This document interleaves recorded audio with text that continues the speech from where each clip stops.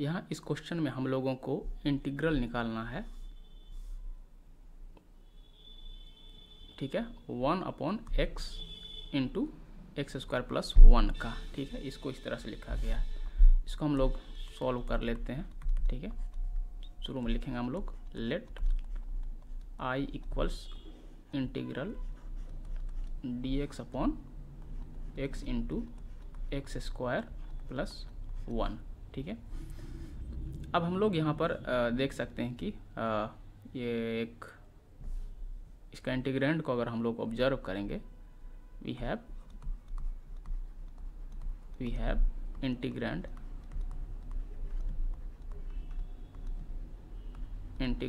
Equals to 1/x into x square plus 1, ठीक है। यह एक प्रॉपर रैशनल पोलिनोमियल है, क्योंकि ऊपर में जो है डिग्री 0 है और नीचे x का डिग्री 3 है, यानी कि नीचे जो भी पोलिनोमियल है उसका डिग्री ज़्यादा है न्यूमरेटर के डिग्री से, ऊपर वाले के डिग्री से। तो हम लोग यहाँ पर पार्शियल फ्रैक्शन यूज करेंगे इसको इंटीग्रेट करने के लिए, ठीक है। क्योंकि हम नीचे देख रहे हैं कि ये जो है दो प्रोडक्ट के रूप में जो भी है ये एक अच्छे से फैक्टराइज्ड फॉर्म में है, ठीक है। तो हम लोग इसको लिख सकते हैं using the method of partial fraction let, या फिर इसे लिख सकते हैं suppose that 1/x into x square plus 1 equals to, जब इसका हम लोग पार्शियल फ्रैक्शन करते हैं तो इसको हम लोग कुछ इस तरह से लिखते हैं। इस वाले जो है ये फैक्टर के लिए इस तरह से लिखेंगे, और ये वाला फैक्टर अगर हम देखेंगे सेकेंड वाला फैक्टर, तो इसमें एक्स स्क्वायर प्लस 1 है, तो जो भी क्वाड्रेटिक यानी एक्स का पावर 2 वाला जो भी फैक्टर होता है उसके लिए हम लोग लिखते हैं इस फॉर्म में bx प्लस सी अपॉन एक्स स्क्वायर प्लस 1 के फॉर्म में। अब हम लोग इसको थोड़ा सा सॉल्व कर लेंगे, ठीक है। इसका एलसीएम हो जाएगा x into x square plus 1, क्योंकि कुछ कॉमन नहीं दिख रहा है। और जैसे हम लोग फ्रैक्शन के एडिशन में जो भी स्टेप्स फॉलो करते हैं, सेम यहाँ पर फॉलो करके इस तरह से लिख सकते हैं। ये हो जाएगा x into B x plus C, ये हो जाएगा a इंटू एक्स स्क्वायर, एक second, a into x square plus a plus b into x square plus c into x upon x into x square plus 1, ठीक है। इसको हम लोग थोड़ा सा अरेंज कर लेंगे, x के जो भी पावर्स हैं उसको एक साथ लिखेंगे। जैसे कि यहाँ एक्स स्क्वायर यहाँ भी है और यहाँ भी है, इसको एक साथ लिखेंगे x square into A plus B, ऐसे लिख सकते हैं। एक सेकेंड, यहाँ थोड़ा सा स्पेस हम लोगों को कम पड़ सकता है, तो मैं यहाँ पर नीचे लिखूँगा इसको, ठीक है। थोड़ा सा स्पेस बनाते हैं। हाँ, और एक चीज़, इसको इक्वेशन कुछ मान लेते हैं, ठीक है। इसको मान लेते हैं, कहाँ गया यार, पेन कहाँ गया, ठीक है। इसको इक्वेशन 1 मान लेते हैं। 1 कहिए, हाँ 1 ही कहते हैं, ठीक है। आई, अभी आई लिखने वाले थे, चूँकि आई हम लोग मान चुके हैं इंटीग्रल पूरे को। इसको हम लोग लिख सकते हैं एक्स स्क्वायर इंटू, यहाँ भी एक्स स्क्वायर है, यहाँ भी एक्स स्क्वायर है, और कॉमन हो जाएगा a प्लस बी।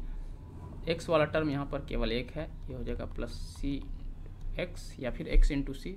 हम जो पावर है वो आगे रख रहे हैं एक्स का, तो उसको आगे रखेंगे एक्स इंटू सी प्लस कांस्टेंट जो हमारा यहाँ पर a है, कांस्टेंट वाला टर्म, यानी कि x का पावर 0 वाला टर्म। नीचे में आ जाएगा x into x square plus 1, ठीक है। अब यहाँ देखिए LHS में जो डिनोमिनेटर है वही RHS में भी डिनोमिनेटर है, तो बेसिकली हमारा न्यूमरेटर भी जो बराबर होना चाहिए, इक्वल्स ये आना चाहिए, ठीक है। हम लोग लिखेंगे since denominator is same denominator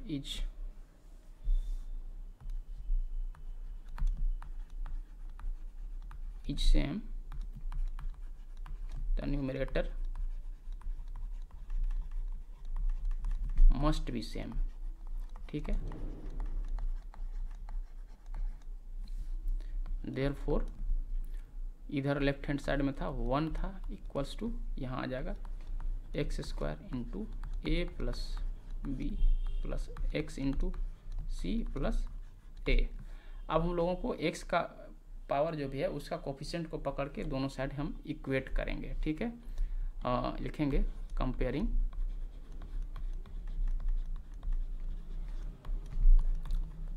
the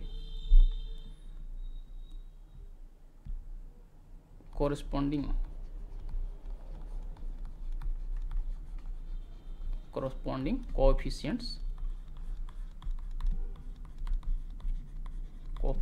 of respective powers of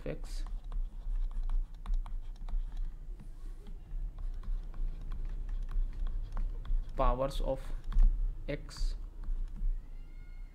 on both sides of the equation,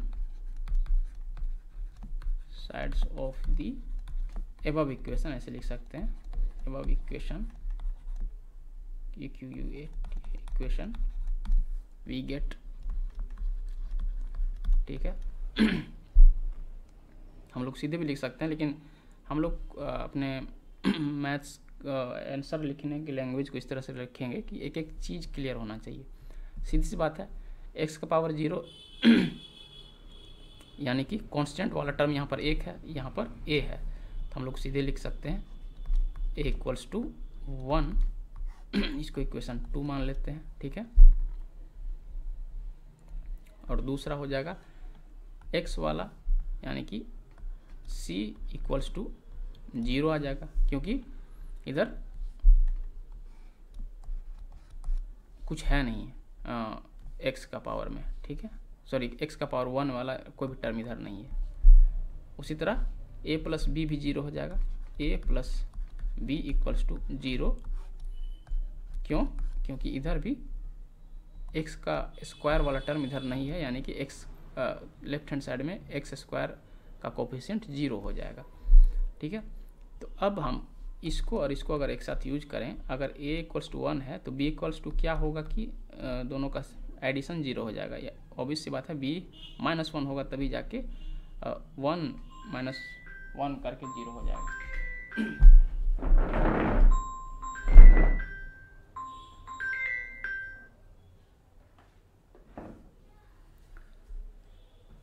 sorry for that. ठीक है, यूजिंग 2 and 3 यहाँ लिख सकते हैं,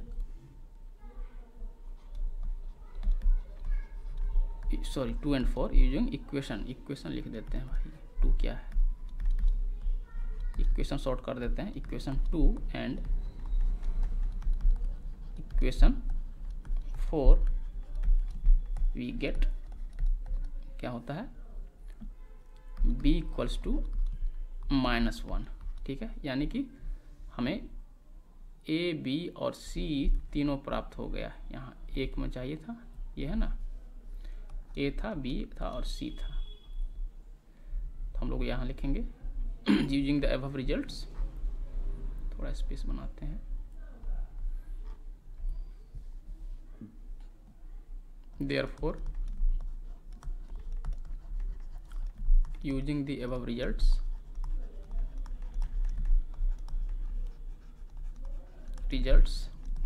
and equation 1 था। ठीक है, we can write, हम लोग लिख सकते हैं, क्या लिख सकते हैं, 1 over x into x square plus 1 equals to a by x था, a हमारा 1 आया है, 1 बाई एक्स, और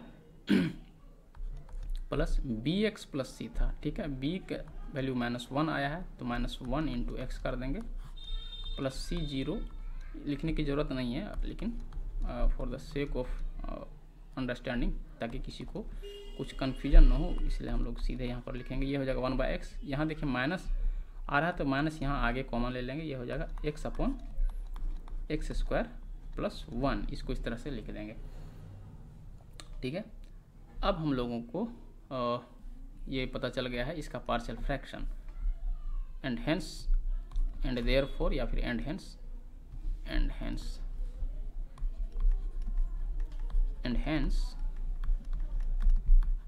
वी कैन राइट, और इसलिए हम लिख सकते हैं, क्या लिख सकते हैं, I इक्वल्स इंटीग्रल, अब देखिए इसी का ये था dx upon x into x square plus 1 था।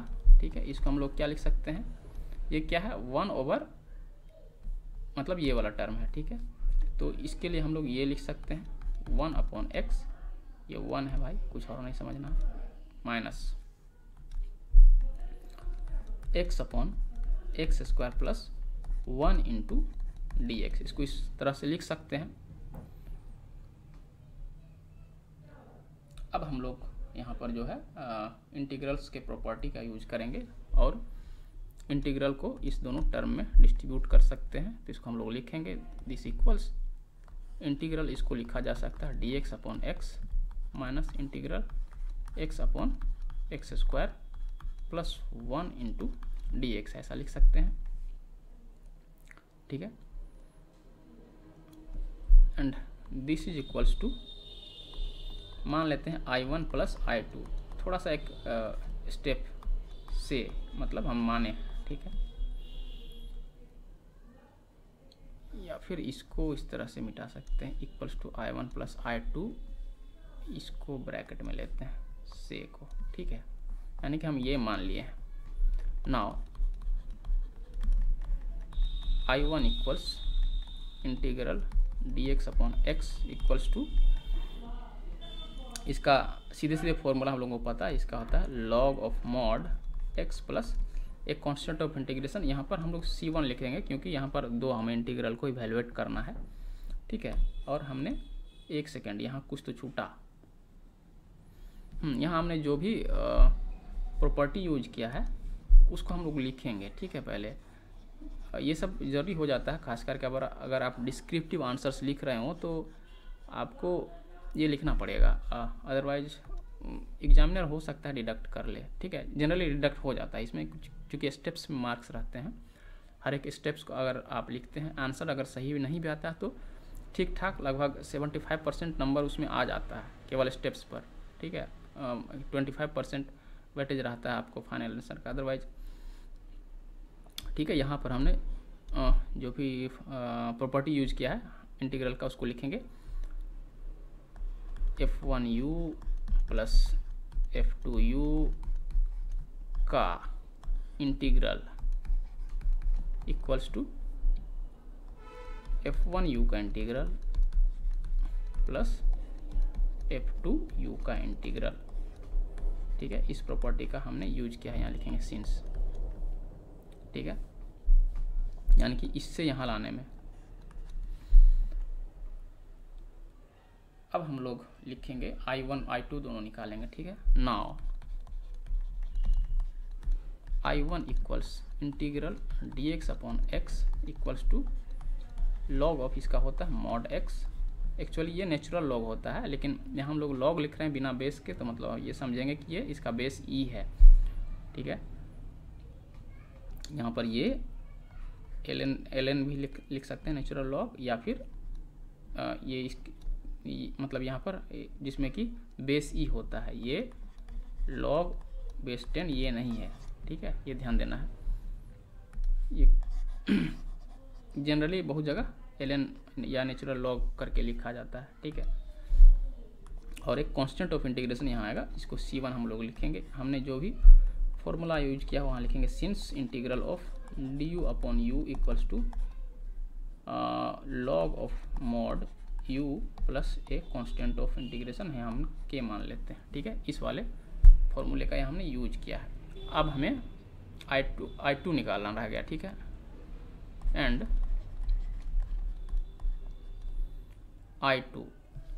I2 हम लोग डायरेक्ट इसमें नहीं निकाल सकते, यहाँ सब्स्टिट्यूशन हमें करना पड़ेगा, या फिर हम लोग इसको देखिए इसको बनाते हैं। ठीक है, ये था x into d x upon x square plus 1, ये आया था ना।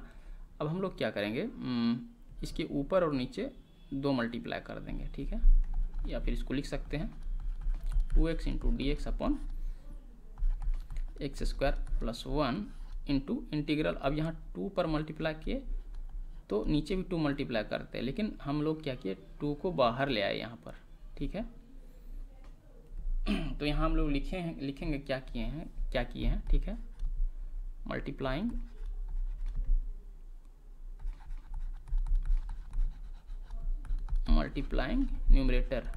न्यूमरेटर, थोड़ा स्पेलिंग मेरा वीक है भाई अंग्रेजी वगैरह का, तो numerator and denominator by 2 and, ठीक है, और साथ ही चूंकि ये 1/2 बाहर ले आए हैं, and since integral of k into F you का k इंटू एफ यू का इंटीग्रल होता है k गुना एफ यू का इंटीग्रल, इस तरह से, ठीक है, ये होता है, ठीक है, यानी कि k बाहर आ जाता है इस इंटीग्रल साइन के। तो ये जिस तरह से यहाँ 1/2 बाहर आ गया, ठीक है, इस 2 चीज़ का यहाँ पर हमने यूज किया है। तो अब इसको हम लोग लिख सकते हैं इक्वल्स टू 1/2 इंटू, अभी देखिए ये क्या है, और एक सेकंड, एक चीज़ हम लोग यहाँ मुझे लगता है कुछ मिस्टेक हो गया है, यहाँ ये जो है ना, सॉरी हम इरेजर लेते हैं, यहाँ ये माइनस रखेंगे यहाँ पर, ठीक है, यहाँ चूँकि माइनस एक बार इंडिकेट करते हैं, यहाँ ये जो है माइनस आया है, यहाँ हमने प्लस लिखा है, अगर हम लोग ध्यान नहीं देंगे तो इसी में मिस्टेक हो जाएगा, इसीलिए बस यही कारण है, हम लोग प्लस से भी काम चला सकते थे, बस साइन का कन्वर्सन हम लोगों को उसमें ज़्यादा ध्यान में रखना पड़ता, इसमें हम लोग डायरेक्ट I1 माइनस I2 करेंगे, ठीक है, अगर +2 कर देते, यहाँ +2 याद रहता तो यहाँ नीचे प्लस कर देते तो वही मिस्टेक हो जाता। तो ये हो जाएगा 1/2 इंटू, अभी इसको हम लोग लिख सकते हैं 1/2 into log of mod x square plus 1 plus another constant of integration, इसको यहाँ C2 कर लेंगे। अब इसको डायरेक्ट यहाँ क्यों लिखे, ठीक है, तो एक यहाँ पर हम रिजल्ट कह लीजिए या फॉर्मूला कह लीजिए, उसका हमने यहाँ पर यूज किया है, उसको लिखेंगे। सबसे पहले यहाँ C2 क्या है उसको लिखेंगे, C2 is constant of integration, ठीक है। और एक चीज़ हम लोग मिस्टेक कर दिए, C1 भी क्या था वो भी हम लोग यहाँ नहीं लिखे, वो भी लिखना ज़रूरी है। देखिए ये सब में बहुत कोई टीचर्स इस सब को थोड़ा क्रिटिकली देखते हैं कि खास करके बोर्ड एग्ज़ाम में कि सारी चीज़ें सही से लिखी हुई या नहीं है, ठीक है, फाइनल आंसर तो आ रहा है और किस तरह से लाया गया ये पता ही है, लेकिन वो एक्सपेक्ट करते हैं कि स्टूडेंट्स उसको लिखें वहाँ पर, ठीक है, तो इसलिए लिखना ज़रूरी हो जाता है। और यहाँ हमने फॉर्मूला जो यूज किया है वो हम लोग लिखेंगे, सिंस यहाँ देखिए एक रिजल्ट है, अगर यहाँ f' अपॉन fx, यानी नीचे जो है उसका डिफरेंशिएट या फिर उसका डेरिवेटिव ऊपर है, इंटू यहाँ dx है, इसका हो जाता है log of mod fx plus c, ठीक है, या इसको k कह देते हैं क्योंकि c का हम लोग यूज कर रहे हैं यहाँ, ठीक है। तो ये होता है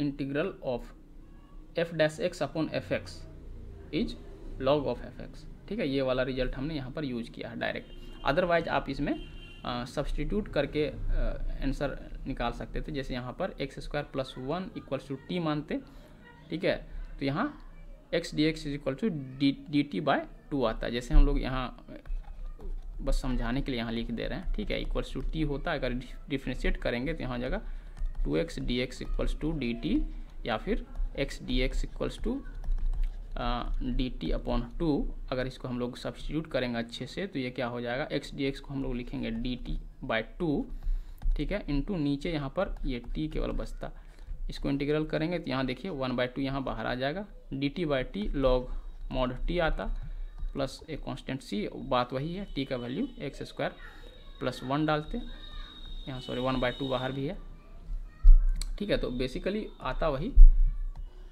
लेकिन अगर आपको ये रिजल्ट पता है जो हमने यहाँ पर डेरिवेटिव वाला बताया है, तो आप डायरेक्ट यहाँ कर सकते हैं। अदरवाइज आप इस तरह से जैसे मैंने अभी सब्स्टिट्यूशन करके बताया वैसे भी किया जा सकता है, ठीक है। हाँ, तो हमारा ये हो गया एंड देयरफॉर हम लोग लिख सकते हैं। हाँ, इसमें एक चीज़ और सिंप्लीफिकेशन रह गया। यहाँ देखिए, ये x square plus 1 is going to be always positive, यहाँ ठीक है, ये हमेशा पॉजिटिव ही रहने वाला है।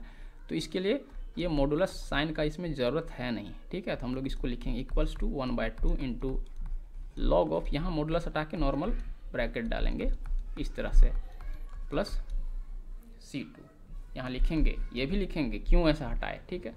Since x square plus 1 is always greater than 0, ठीक है, क्योंकि यहाँ एक्स के साथ स्क्वायर है, ठीक है। तो ये 0 से छोटा नहीं होने वाला। अगर ये मिनिमम वैल्यू इसका 0 हो सकता है, ठीक है। 0 प्लस 1 भी क्या कहते हैं, एक होता है, यानी कि ऑलवेज ग्रेटर देन 0 होगा। देयरफॉर एक्स स्क्वायर प्लस 1 का मोड जो होता है वो बराबर होगा एक्स स्क्वायर प्लस 1 के ही, ठीक है। तो इस वाले रिजल्ट का हमने यहाँ पर यूज किया है, यहाँ लिखेंगे सिंस, ठीक है।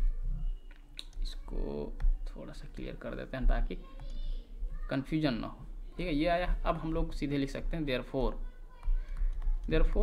I equals to I1 minus I2 था, ठीक है, ये ध्यान रखना है।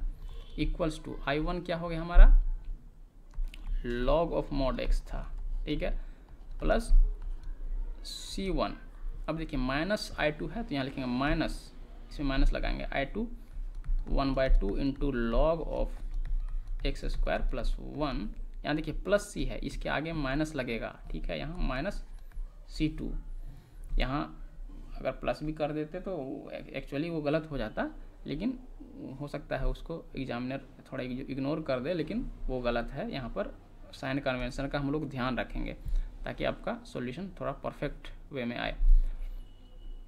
इसको हम लोग फिर वापस सिंप्लीफाई कर देंगे तो ये हो जाएगा log of mod x minus 1/2 into log of x square plus 1। और C1 यहाँ माइनस C2 है, इसको हम लोग एक सिंगल कांस्टेंट C लिखेंगे, जहाँ C इक्वल्स टू यहाँ C equals to C1 minus C2, ये हो जाएगा, ठीक है। और यही हमारा चूँकि ये एक NCERT की बुक में एक मल्टीपल चॉइस क्वेश्चन है, तो हमारा लगता है इसका यही आंसर आना चाहिए, और ये है भी ऑप्शन में, देख लेते हैं। जी हाँ, यही आंसर है। तो ये हमारा इस क्वेश्चन का सॉल्यूशन हो जाएगा। आई होप हमने जो भी स्टेप्स यहाँ पर हम लोग फॉलो किए हैं आप लोगों को समझ में आया हो। मिलते हैं नेक्स्ट वीडियो में।